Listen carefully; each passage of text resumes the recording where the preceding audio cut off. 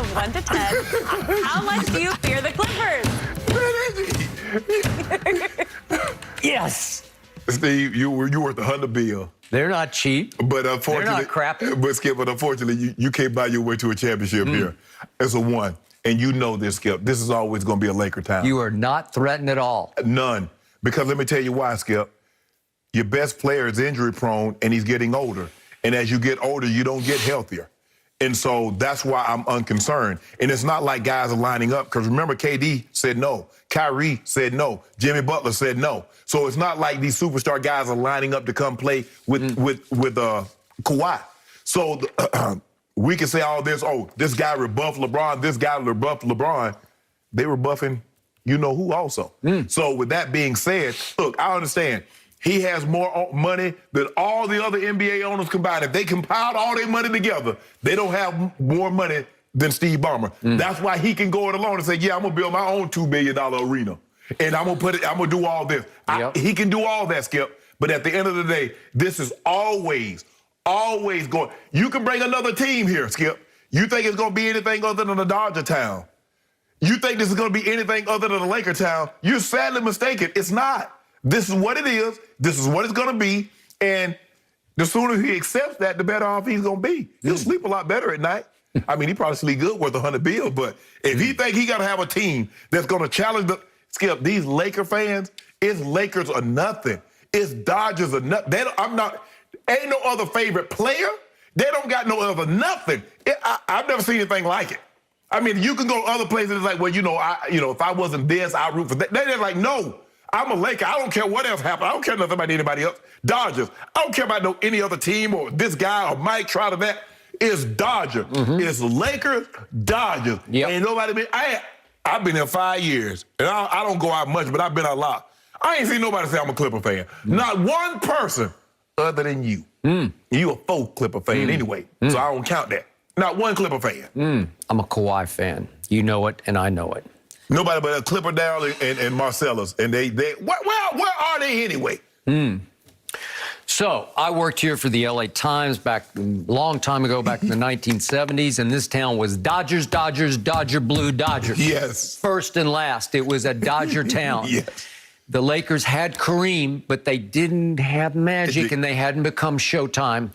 And once that happened, they began to rival the Dodgers. Yes. I'm not sure they ever supplanted the Dodgers, but they rivaled the Dodgers. Okay, and the Rams have always been the Rams. For some reason, they've never caught hold. Actually, when the Raiders were here, they started to threaten just because they had such a fervent following. Yes. And it was just something about the silver and black. It appealed to a whole new segment of the population. It was hard to get behind the Rams because the Rams was in Anaheim. They theoretically wasn't in L.A. I was covering when they were at the Coliseum, and it was some sleepy Sundays out at that Coliseum. You got to believe me. So here comes this man with all this money and all this chutzpah. Yes. And he's got some guts because he's got some billions. And I love this story. This is my favorite story of the week because he is saying, we are coming, Lakers. We are coming. And he was asked by Bill Plaschke of the LA Times, do you actually think that Laker fans are scared of you guys? And he said a little bit. And then he chuckled. He said a little bit. And I say it's a lot. I just wish we had lie detectors attached to these two chairs where our faithful viewers could see it go up on the screen and watch the needle go like this, because I believe that deep down you're not a 1 on a scale of 10. I think you're up about a 7 right now. For what? Because you are afraid of who the Clippers are and what they might become. What are they?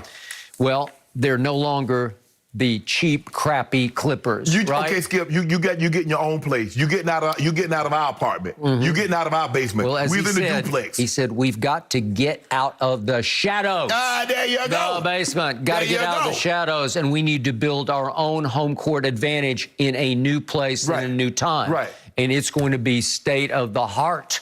It's going to be way beyond anything Staples ever dreamed of being. But guess what, Skip? You got this pearly nice building. Oh, it's so gorgeous. And you got state of the art, the Jumbotron. And I'm sure the food is going to be, everybody's going to be Michelin star restaurant, Michelin star quality, all that. But what about your product? What about the product? See, we put a great product in the Staples Center. All I know is once they signed Kawhi Leonard out from under the Los Angeles Lakers, it was the biggest shocker I've ever experienced in my career.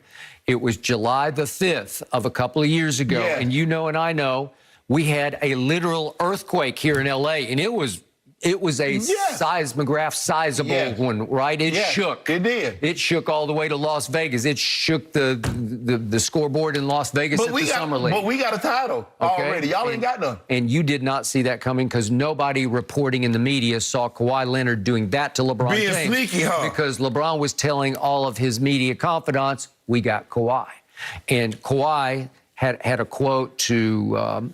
who was it, to Rick Bucher, I believe, that was previous to this move that he made when he said, I don't want to play with LeBron, I want to play against LeBron. Remember that? Yeah.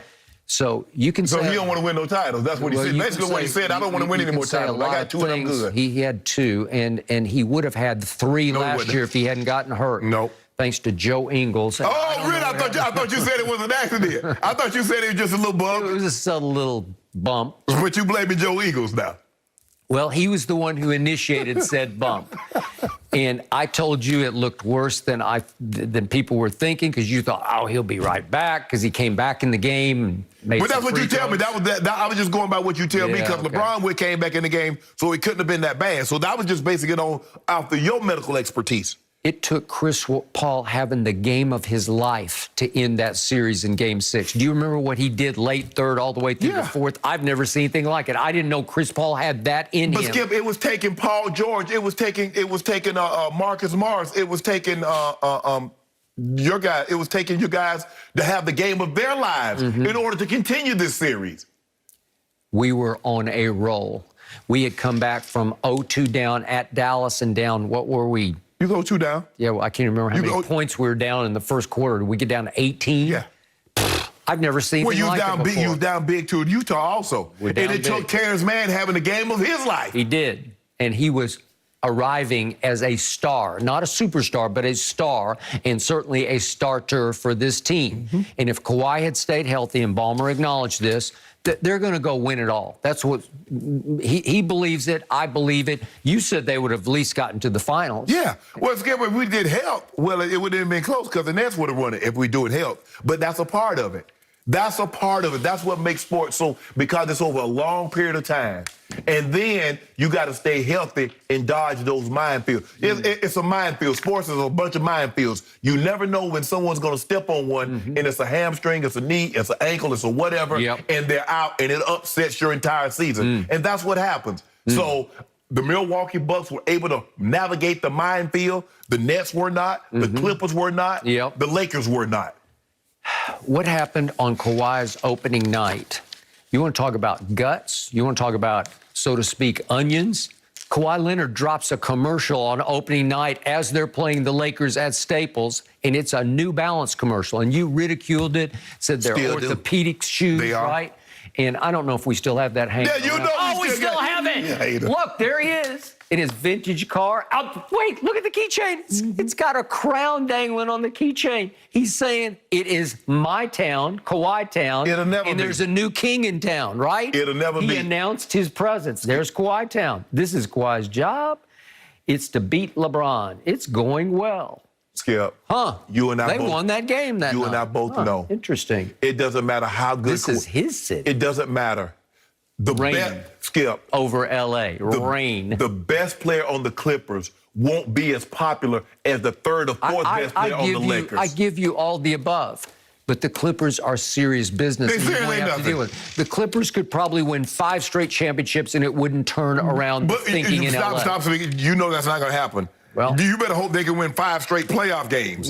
Forget the championships, because this is the first time you've ever been to the conference finals. Let that sink in for just a second. And now, after going to the conference finals, you're going to overtake the Lakers, who's been here since the 50s, who has 17 titles, and have Pantheon greats.